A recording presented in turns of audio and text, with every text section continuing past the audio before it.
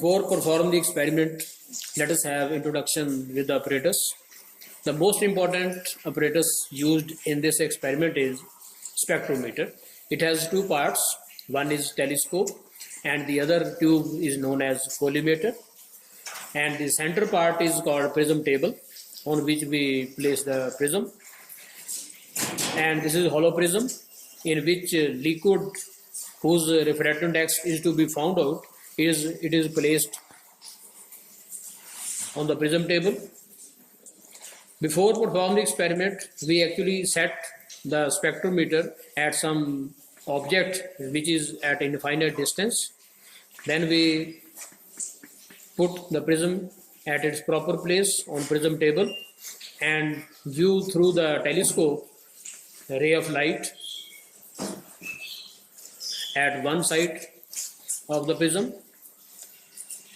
When the slit coincides with the crosswire, then we note the reading from spectrometer scale. After noting, we rotate the telescope to the other side and again match the slit with the crosswire and note the reading from the same spectrometer scale. Using these two readings, we can calculate angle of prism. Now let us come to second part of the experiment.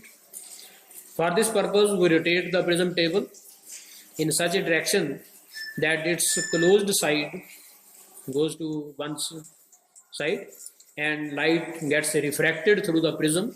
The refracted beam of light is observed through telescope by rotating. When the slit coincides with the crosswire of telescope, then we find the position of minimum deviation by adjusting the position of telescope as well as that of prism table. When position of minimum deviation is reached, then we note the reading from the same spectrometer scale.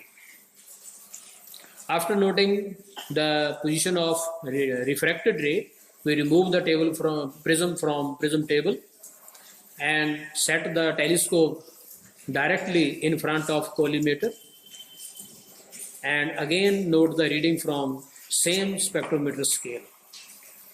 By using these two readings, the difference of two readings gives us the angle of minimum deviation.